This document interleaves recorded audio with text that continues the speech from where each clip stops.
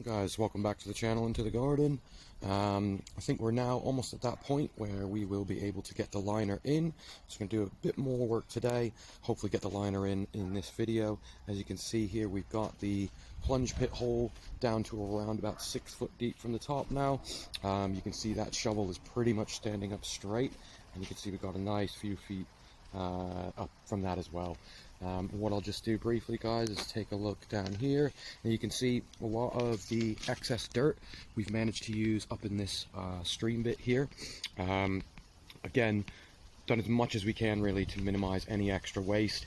I do have a small little pile there, which again I'm kind of going to use to lift and raise that bed. Been thinking about a couple tree ferns from there. Now I know it's clay base at the moment. That will be compacted down, and we're going to add probably nearly a foot of topsoil on that there to give it a nice fertile soil to plant in. Again, same off the back here, guys. Once this is all in and liners in, we're going to then use topsoil to kind of backfill over the liner on that one. You can see here, guys, a little bit of a change. Stream wise, it's going to come down right in the middle here, so right in here, and be a sharper waterfall down to the plunge pool bit, or sorry, the false pool here going underneath the bridge. Of course, we're going to get that bridge removed today, and see once again if we can get some of the liner in, but also the underlay as well. So I think first task is to go around. We're going to tidy up all the edges, get anything sharp out, and make sure that we're not going to get any punctures once we get it in. Unfortunately, with a lot of these things, guys, the liners are going to be your probably biggest cost when digging or making a pond. Now, one thing about my soil here, guys, so what we've learned is we've got about 2.5 to 3 foot of topsoil. It then goes down to around about 4 to 5 foot of clay, and at the very bottom here we've now reached sand. So it's good to, on a side note, know what kind of soil I've got around the garden. And from digging around, guys, it does seem to be this way sort of throughout the garden. Did come across this when building the mini golf course over there as well. But yeah, so what we're going to do, guys, just going to go around, get some digging done, and stay tuned as I'll come back with the progress, and hopefully we'll get the liner in this video today. Alright, guys, so done a little bit more digging here. We are almost ready to lay the underliner. What we have done, it's going to be difficult to see with this camera and the angle, but just behind the bucket here, you can see just there, it looks like a little bit of an indent. What I've actually done is dug that slightly lower than the actual floor level. And what that means is when it comes to drainage and eventually coming around to sort of tiling the bottom and things like that, I can have a little bit of a depression to put a drain pipe. And that way we can use a small pump, embed that into the rock work and things, and use that when we do want to fully drain it. We've had this problem with pools in the past where you get down to the last kind of 4 inches and it's very difficult to get the last 4 inches out. So to get rid of that problem, we've added that drain pipe there. Now what we've also got, guys, here is you can just see there we've dug in the area for the intake bay. Now gone a much smaller size here, literally just going to fit a pump into that and draw that back up into the stream bed area here. Now you can see I've got a slab there that is just covering where the new proposed sort of indent is for where the water will start before it comes down the stream area here in the middle, and then back over this area here. You can see we removed the bridge now, added a little bit more height to the spillway, again just to raise the level of this little pond here, and also raise the level of the pool as well eventually. Last little bit we've added, guys, is right in here. Again, hard to see, but there's a little divot.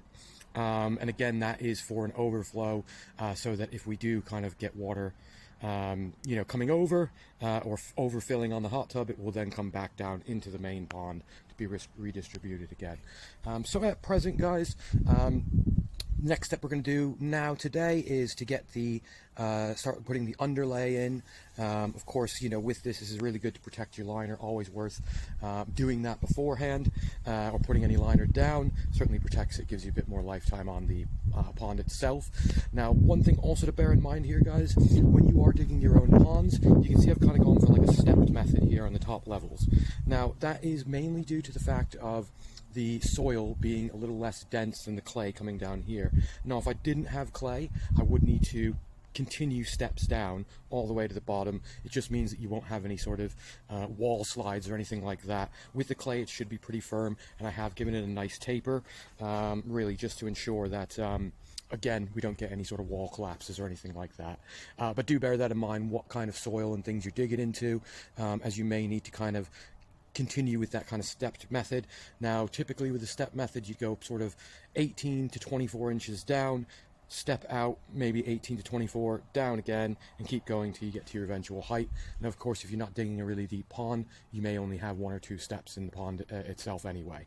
So just something to bear in mind, guys, when you are sort of digging your own ponds and things like that, just to take into account that kind of extra size you need really to you know, ensure the pond's longevity in the end of it there. Now, with the underlay, guys, I'll start getting that down, and we'll show you in a second here what that looks like. Alright guys, so first step now, we have got the underlay pretty much in. Of course, it's going to look quite messy at the moment here as you do this, but you know, of course, what we're going to do is as we go, as we start filling and everything else, we're going to start tucking in the sides and use the water to basically press it all down. Got a spare roll left and a quarter of a roll left, and we're going to use the quarter roll up on the top back bit, which we haven't done yet, and then we're going to use the other spare roll for any of the sides and bits, and of course use that for when we're actually putting rocks and things in after we've got the liner in, just to protect that liner a bit further here. So I'm going to go ahead and try and get the rest of the liner in. Back to you shortly. Just to show you quickly, guys, this is the liner we've got here. This is purchased off Amazon. It's one of the Swell UK liners. This one is an 18 meter by 12 meter, so it's approximately 60 foot by 40 foot. We're going to attempt to see if we can get it down into here. Alright guys, managed to wrestle in the liner. It looks like it is just about the right size, so I did plan well with this. Always worth planning and getting a lot extra, more extra than you need. We'll just take a quick look around here, guys.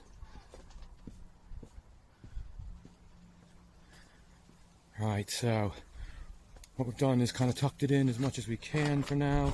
The best way to kind of tighten these up is to start filling it with water, and you should be able to kind of tuck in and fill as you go.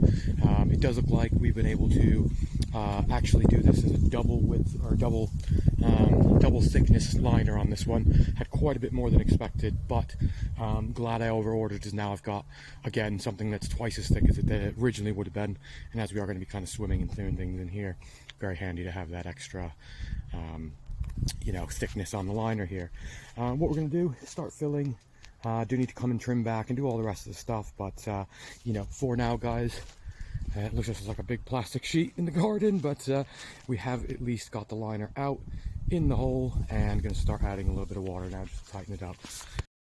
Alright guys, so it is the next day, and as you can see, we have began filled up, take around about 10 hours to get to this height. Present, have started to now trim back the liner as well. You can see at the back, still need to do all the back waterfalls, of course, but what we have been able to do here, guys, as you can see, I'll just come around here, is to tuck a liner underneath the slabs here, just making it a little bit tidier on this end here, guys. So quite pleased with the progress. Yeah, there's a lot more work to do, of course. You know, this is just a bit of a milestone, getting the liner in, finally seeing it with water, getting an idea of kind of, you know, the overall look and things. In the middle here, guys, just temporarily putting some sort of slabs over the middle, just to kind of create sort of a dam or a barrier between the two. I think it does bring a nicer look to it. Of course, we are going to be putting a proper bridge on this at some point, but let's just take a step back here now. And as you can see, guys, it is starting to kind of shape up here. So quite pleased with the progress. Lots more to come on this project. Of course, this is just getting the liner in at this stage. We've got a few crinkles. You can't really see them now. You might be able to just there. Of course, a lot of this will press out, but as I am going to be filling this with a lot of sort of rock and decoration in the inside, you know, I'm not too fussed on that, because I'm going to be hiding the liner pretty much all around here as well. Do need to go in, tuck the liner in here, and of course off the back here, just to show you guys, you know, it's just still liner all over the place. This is where the waterfall bits will go here. But yeah, just to show you guys, next day, finally got the liner in, filling. You know, it's nearly at the height that it should be, probably another 2 inches or so. Just off the back there, you can see, I want to kind of bring it up to the slab height there. It is connected in the middle at the moment, so at the moment it is going to be the same level throughout, which again is quite a nice thing, and also because I can kind of adjust it, take it down an inch or two, heat that back tub up there, that back pond up there, keep this kind of cooler. Again, I can kind of control the temperatures on this one. But just wanted to show you guys here. Of course, if you haven't subscribed yet, drop subscribe, follow along with the project. Lots more to come soon, and we're doing a later, sort of probably early November garden tour, just to kind of take a look at, you know, what it really does look like over winter. Yep. And after that, drop us a like. We'll see you on the next one.